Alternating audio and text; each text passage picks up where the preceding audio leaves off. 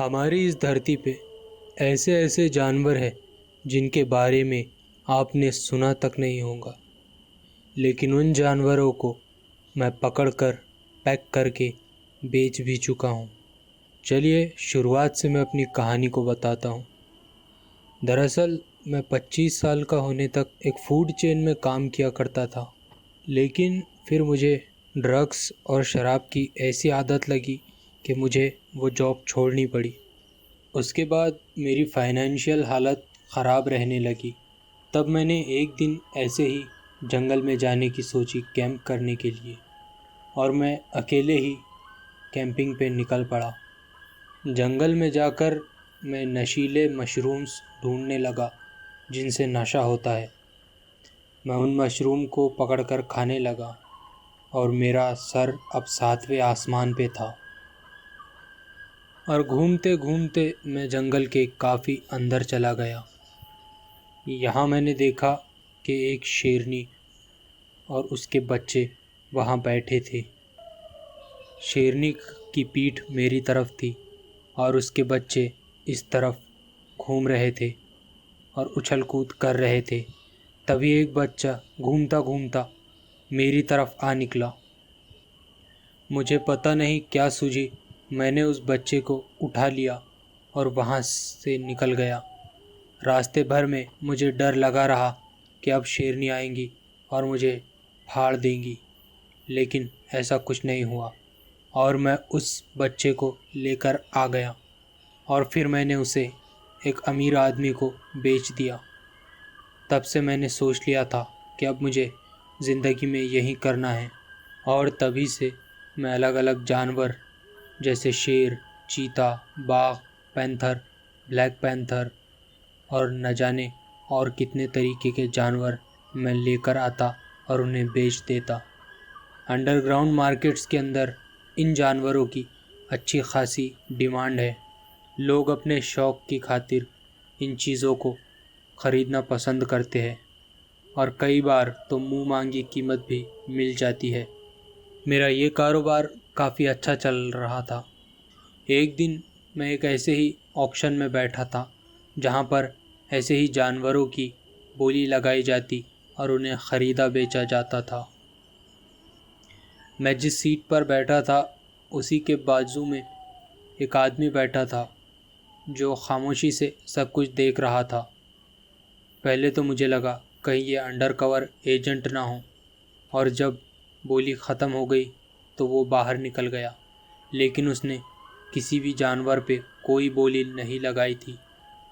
मैं भी उसके पीछे पीछे बाहर निकला। वो अपनी वैन के पास जाकर सिगरेट जलाकर खड़ा हो गया। मैं उसके पास गया और मैंने उससे कहा, तुमने कोई बोली नहीं लगाई क्या? पैसे नहीं थे? तो वो बोला, मुझे नहीं पता इन सब चीज़ों की कीमत आजकल कितनी चल रही है मार्केट में। मुझे तो ऐसा लगा ये सब कुछ ज़्यादा ही पैसे देकर इन्हें ख़रीद रहे थे और मार्केट में उन्हें ये कीमत नहीं मिलने वाली। उसकी बात तो सही थी। यहाँ लोगों ने बहुत ज़्यादा ऊंचे दामों पे उन जानवरों को ख़रीदा था और ये लोग आगे बेचने के लिए इन जानवरों को ख़रीद रहे थे। उस आदमी ने आगे बताया, आजकल मैं इन जानवरों का धंधा नहीं करता। तो मैंने उससे पूछा, तो अब तुम क्या करते हो? उसने मुझे ऊपर से नीचे तक गौर से देखा और फिर चारों तरफ देखा कि कहीं कोई देख तो नहीं रहा है, लेकिन उस जगह पर हम दोनों के अलावा और कोई नहीं था। फिर उसने वैन के पीछे वाले दरवाजे पर 2 बार थपथपाया और उसके बाद तो जैसे वैन मानो ज़ोर ज़ोर से उछलने लगी। मैं घबरा गया क्योंकि कोई भी जानवर उस वैन को इतनी ज़ोरों से नहीं हिला सकता था, क्योंकि एक बार मैं 6 बाघों को लेकर एक वैन में जा रहा था, लेकिन वो भी इसके सामने कुछ नहीं थे। मैंने उससे कुछ ठहर के पूछा, अगर तुम्हें कोई परेशानी ना हो तो क्या मैं उस चीज़ को देख सकता हूँ? उस आदमी ने कुछ देर सोचा और फिर मेरी तरफ कहते हुए बिल्कुल मेरे पास आकर कहा कि इस चीज़ को देखने के लिए लोग मुझे 50,000 रुपये देते हैं, लेकिन मैं तुम्हें फ्री में ये चीज़ दिखा रहा हूँ। लेकिन याद रखो, अगर तुमने ये बात किसी को बताई तो मैं तुम्हारे पीछे उन लोगों को भेजूँगा जो तुम्हारी पोटी पोटी तक काट देंगे। उसका लहजा सुन के मैं डर गया। वैसे भी मैं इन सब बातों को कहाँ किसी को बताने वाला था, लेकिन मैंने फिर भी गर्दन हिलाकर अपनी रजामंदी जाहिर की। फिर उसने वैन का दरवाज़ा खोला। वैन के अंदर पूरा अंधेरा था।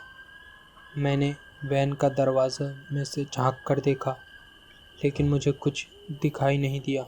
कुछ देर तक मैंने अपनी आंखें मली और फिर मैंने टॉर्च चमका कर देखा तो क्या देखता हूँ, उस चीज़ का चेहरा इंसानों की तरह था, लेकिन बहुत ही ज़्यादा भयानक, और उसके पीठ में से परों जैसा कुछ निकला हुआ था।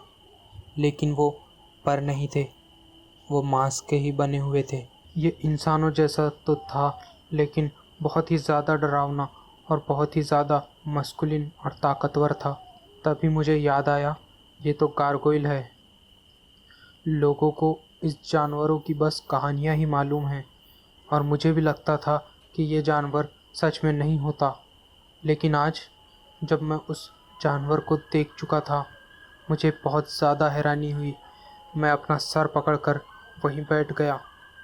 कुछ देर बाद जब मैंने होश संभाला तो मैंने उस आदमी से पूछा, इस गारगोइल की तो बहुत ज़्यादा कीमत मिलती होगी। तो उस आदमी ने कहा, बहुत ही ज़्यादा। ये सुनकर मेरे अंदर का कारोबारी संभावनाएं तलाश करने लगा। मैंने उससे पूछा, क्या तुम्हें किसी पार्टनर की ज़रूरत है? अगर हो तो मैं तुम्हारा साथ दूंगा। तो उसने मुझसे कहा, इससे पहले कि मैं तुम्हें अपना पार्टनर बनाऊं, तुम्हें ख़ुद को प्रूफ करना होगा। मैंने उससे पूछा, कैसे? तो उसने कहा, तुम्हें इस गारगोइल से लड़ना होगा। अगर तुम बच गए तो तुम मेरे पार्टनर बन जाओगे, वरना अगर तुम मारे गए तो मैं कभी नहीं किसी को बताऊंगा कि तुम मुझे मिले भी थे, और तुम्हारे घर वालों को तुम्हारी हड्डियां तक नहीं मिलेंगी। वैसे तो इससे पहले मैं कई सारे जानवरों से, और बल्कि बहुत ज़्यादा ख़तरनाक जानवरों से भिड़ चुका था, लेकिन ये उन सब से बहुत ही ज़्यादा ताकतवर था। लेकिन फिर भी इतनी ज़्यादा कमाई को देखते हुए मैंने तैयारी कर ली और उससे कहा, ठीक है। मैंने उससे पूछा कि मुझे कोई हथियार भी मिलेगा? तो उसने कहा, नहीं, तुम्हें बस नंगे हाथों ही इसे हराना होगा। मैं कुछ सेकंड के लिए रुका और फिर वैन के अंदर कूद गया। अगले दिन मेरी आंख अस्पताल में खुली। डॉक्टरों का कहना था कि मुझ पर मगरमच्छ ने हमला किया है। मैंने भी इस बात को मान लिया, और उस दिन से आज तक मैं इन गारगोइल का कारोबार करता हूँ। लेकिन हर बार मुझे ये जानवर और ज़्यादा ताकतवर महसूस होते हैं। पता नहीं कि अगली बार मैं कोई गारगोइल पकड़ने जाऊँ और वो मुझे ज़िंदा छोड़ेगा भी या नहीं।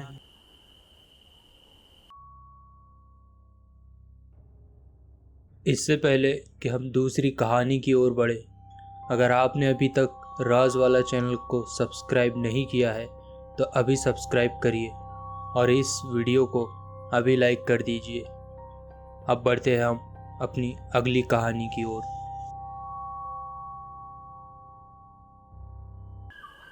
बचपन में मुझे काफ़ी डर लगा करता था। मुझे परछाइयों से डर लगता था, और मैं अपने पेरेंट्स को मेरे क्लोजेट और मेरे बेड के नीचे मॉन्स्टर को भगाने के लिए कहता।